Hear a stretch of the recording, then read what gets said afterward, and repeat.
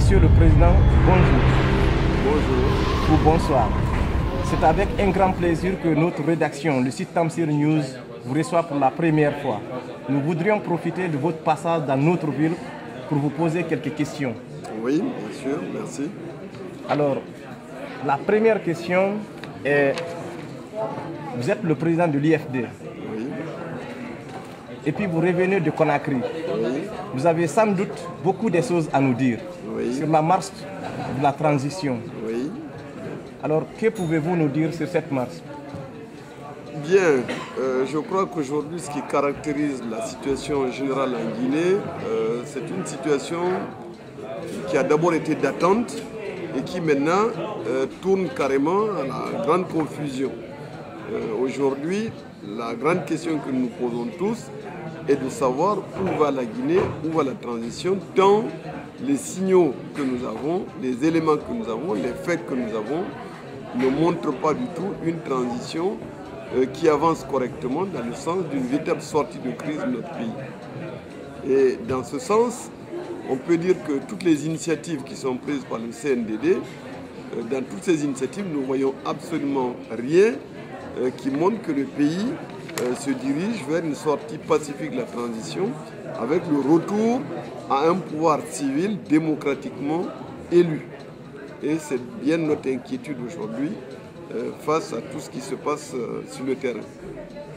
Merci à vous, Monsieur le Président. Passons pour la deuxième question. Le capitaine Moussa Dadis Camara a lancé des attaques contre les partis politiques. Il est allé jusqu'à menacer de se porter candidat aux prochaines élections si les partis politiques ne changent pas d'attitude. Avez-vous quelque chose à lui répondre? Je crois c'est une intervention qui est ancienne, relativement ancienne, mais dans la mesure où la situation a continué dans ce sens, nous sommes bien obligés de répondre.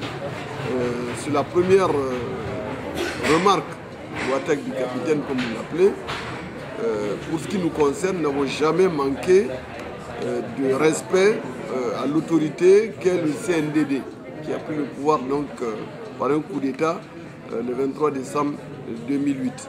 Maintenant, la grande question, c'est de savoir comment est-ce possible, comment peut-on concilier une sortie pacifique et démocratique de la transition en mettant de côté les partis politiques.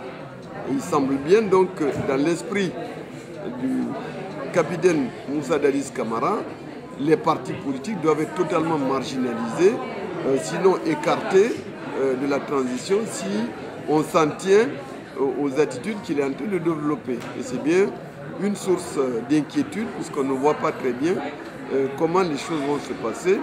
Nous avons l'impression que le chef de la jeune considère sans doute à tort les partis politiques comme ses véritables concurrents politiques.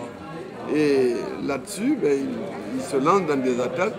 Il y a beaucoup de faits qui indiquent aujourd'hui que 6 mois après l'arrivée des militaires au pouvoir, nous ne sommes pas du tout engagés vers une sortie de crise pacifique et démocratique, mais nous sommes plutôt sur le chemin de la consolidation du pouvoir du CNDD en vue donc de rééditer un petit peu ce qui a été l'exploit du CMRN de triste mémoire en 1984, c'est-à-dire légitimer à la fin le pouvoir militaire pour continuer le système donc, qui dirige la Guinée depuis 1984 et même avant, c'est-à-dire un système autoritaire qui n'est pas basé sur la volonté du peuple.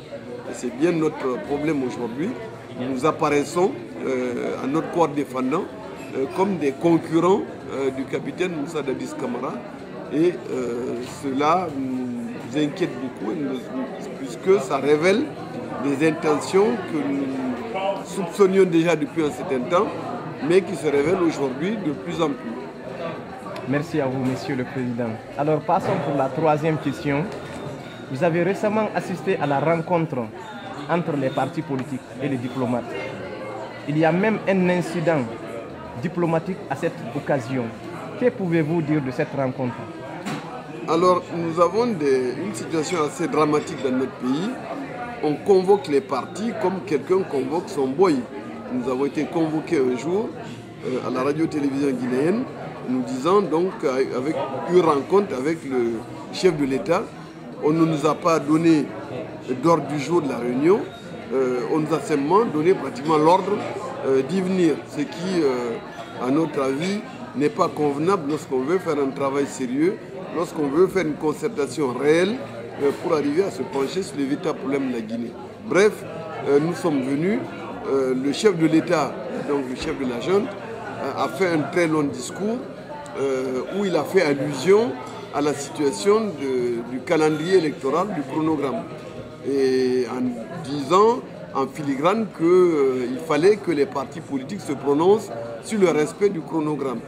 Et là-dessus, nous avons donc demandé à notre porte-parole, M. Jean-Marie Doré, de répondre que, bien entendu, nous prenons donc la question en charge, que nous allons nous concerter en dehors de cette réunion pour donner une réponse.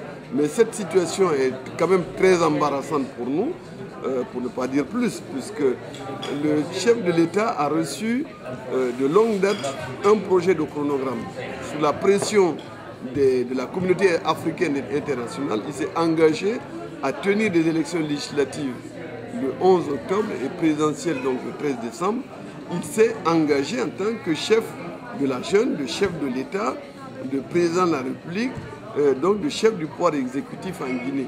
Et aujourd'hui, les choses semblent bloquées, puisque déjà vous savez que le recensement a été suspendu, et il veut donc que ce soit d'autres qui assument la responsabilité éventuellement du non-respect de ce chronogramme, alors que c'est lui seul qui a, le CNDD a les pleins pouvoirs. Donc nous pensons qu'il y a là-dessus un problème. On ne voit pas pourquoi le pouvoir exécutif ne peut pas dire pourquoi, à son avis, les élections ne peuvent pas se tenir. Et là-dessus interviennent d'autres facteurs. On est en train de monter en épingle des tas de partis que moi j'appelle des partis pancartes, puisqu'on en a agréé un paquet. Vous parlez, aujourd'hui on est à plus de 75 dans le pays, et il en est tous les jours. Et apparemment, il y a un nombre de ces pancartes, donc, partis pancartes qui sont acquis au CNDD et qui sont prêts, par le biais d'une majorité totalement factice qui ne correspond pas à l'opinion nationale, de dire que les élections ne sont pas nécessaires ou possibles en 2009. Donc, à la suite donc, de cette intervention, l'ambassadeur d'Allemagne a pris la parole en tant que représentant de l'Allemagne et de l'Union européenne. Il a posé une question très précise au président de la République qui s'en est offusqué, qu'il a pris à partie dans des conditions assez spectaculaires, et l'affaire a tourné en fait à l'incident diplomatique, et il n'a pas répondu en fait à la question de l'ambassadeur qui, en lisant entre les lignes du discours du président de la République, a cru comprendre que le capitaine Moussa Dadis Camara n'était pas candidat en 2009, aux élections de 2009, mais que rien ne l'empêcherait de se présenter en 2010, comme il est en train de l'affirmer donc, actuellement. Donc c'est une situation qui est assez dramatique, puisque je vous rappelle que ce n'est pas un problème de personne, ce n'est pas la personne du capitaine Moussa Dadis Camara qui est en cause. Lorsque vous avez une élection, que vous voulez libre, équitable et démocratique, que vous avez un chef de l'État, même démissionnaire à quelques mois des élections, qui est sponsorisé par une armée qui va à ces élections, vous savez parfaitement que la population va à ce moment-là voter le fusil sur la tempe, et qu'il ne peut pas y avoir donc d'élection libre dans ce cas-là. Ce n'est pas la personne du chef de l'État ou d'un de ses camarades qui